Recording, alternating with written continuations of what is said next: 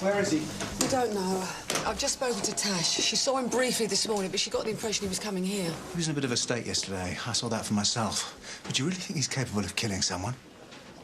We're talking about Lewis. His fingerprints were on the gun found by Raymore's body. Yes, and the post-mortem shows that Ray Moore wasn't shot. Still pretty incriminating, though.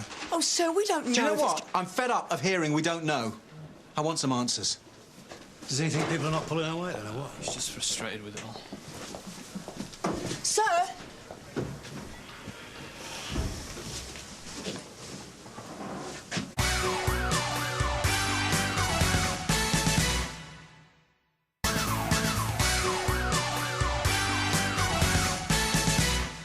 What have you done, Lewis? He had my girlfriend beaten up and he tried to kill Rudy. I just want the facts. What have you done?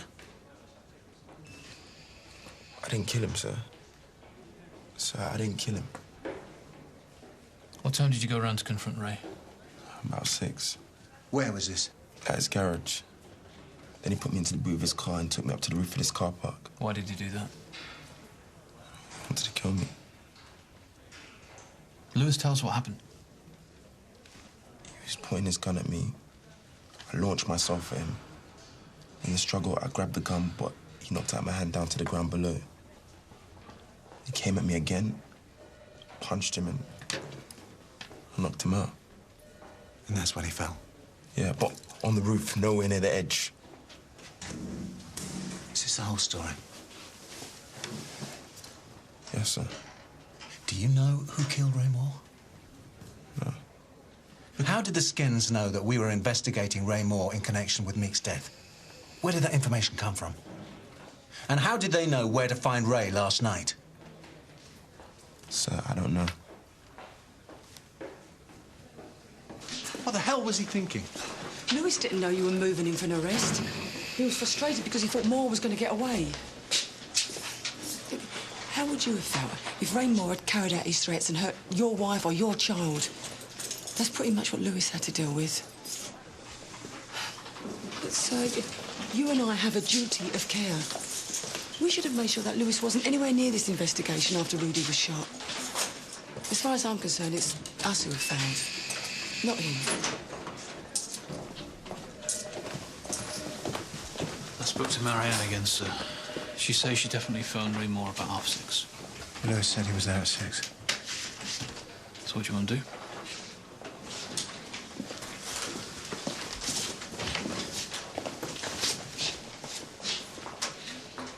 Theo Manson will escort you from the premises.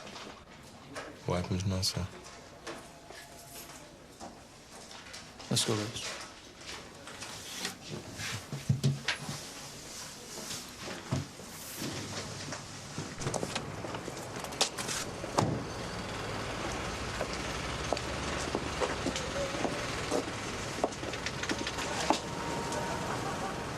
So you work for a specialist crime directorate?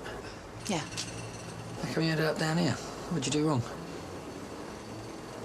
Put it this way. I'm very lucky to be still in the job. You serious? No. Looking in. Who are you? Are you Jeffrey Gant? Yeah? DC Dasari, DC Webb, Sun Hill. We need your help, actually. A woman saw a man driving a car registered to you earlier today. Do you own a Ford Fiesta N483 BVW? Yeah? We need to find the driver. I think there must have been some sort of a mistake. The car's in for a service. It wouldn't have been on the road. Oh, your car was spotted in a supermarket car park at 8:10 this morning. We think the driver's called Jamie Royce. Do you recognise that name? Jamie disappeared 11 years ago. I think you had dealings with the officers who investigated the disappearance? It was a very long time ago. Can you tell us the garage where your car's been serviced? I'll actually remember the name, near Stoke Newington. Any paperwork for that? You serious? I've already had the finger pointed at me once and it damn near ruined my life. You're not putting me through that again. It was just a simple question. And I've got a hospital appointment. I'd like you to leave. Thank you for your time, anyway. Well, I don't know about you, but I'd like to know where that car is. I doubt it's in for a service. Yeah. Oscar from DC Webb. I need an all units alert on a car, please. seen my son. Unfortunately, we haven't managed to track down the person who saw you. You just think I'm mad or something, don't you? We don't think that for a second, Mrs. Royce. There's just a few things that we need to go over with you. Now, the original report said that there was no sightings of Jamie after he left your house on the 11th of August 1996. That's right, yeah? He was only back with me for about 4 months, and before that he was in foster care in South London. That morning I had a fight with David. And this is, David Monroe, yeah? Yeah, he was my partner at the time. I stormed out and I left Jamie with him. I shouldn't have done that. You know, the two of them didn't get on, and David lashed out at me and Jamie, and that's why Jamie was in care. Look, it's all right. Just take your time, yeah? When I got back, David said that they'd had an argument and Jamie had stormed out. He must have been gone about 2 hours by the time I found out. But, I mean, I called the police straight away. In that moment, everything centred around David. Police seemed to think that Jamie had died in the house and David had... The police thought that they were looking for a body. And I believed them. David was arrested. And then we all just waited. We all just waited for David to tell us where Jamie was.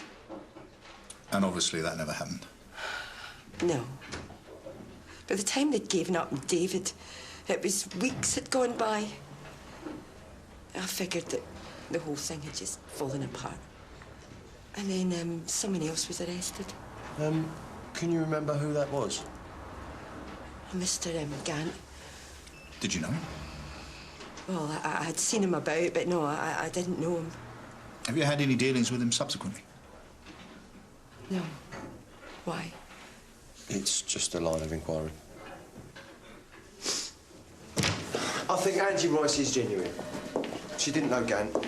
She didn't have a lot of faith in the original investigation. That's probably why she just discounted Gant as a viable suspect. Just like the investigating officers. Sunhill didn't handle this case. Yeah, I know that. So we can shelve the idea that she was acting maliciously, yeah? Yeah, I reckon so, yeah. But what Mrs. Royce is really after is a bit of reassurance that we're taking this seriously. Well, do you want me to go and have a word with her? I don't see there's any point.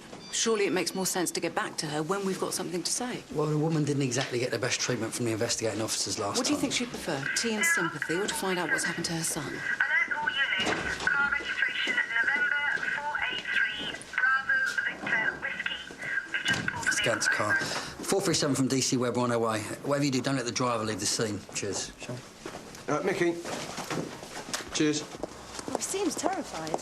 He's obviously not insured, and he doesn't have a licence, and he's refusing to give his name. All right, cheers, then.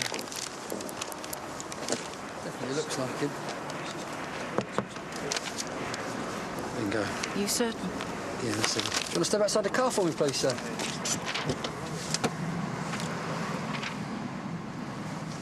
Step this way for me. Sorry. Jamie, we're not so worried about the driving offences, OK? Then why am I here? Because we've got a few important questions that we need you to answer. Do you remember when this picture was taken? Jamie? No one calls me that. But that's your name, isn't it? And this is you. That's what your mother calls you? I don't want to do this. Do what?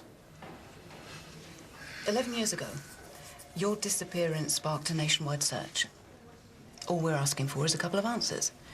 I think that's reasonable, don't you? I ran away. Right, well, that's a start. Where did you go? All over. Your face was on the front of every national newspaper. How come no one saw you? Do you expect us to believe that an unaccompanied 8-year-old can go wandering around the country without anyone becoming concerned? Did you go to school? OK, Jamie, look, let's get back to the car that you was driving. Did you know the owner? I rent a room off him. I borrowed the car when he was out. I shouldn't have done. How long did you rent a room off him for? For 2 years. So for 9 years you lived rough, then somewhere around your 16th birthday you moved in with Jeffrey. That's what we tell your mother? No. Then what do we say? Nothing. Jamie, I've got a duty to inform your mother that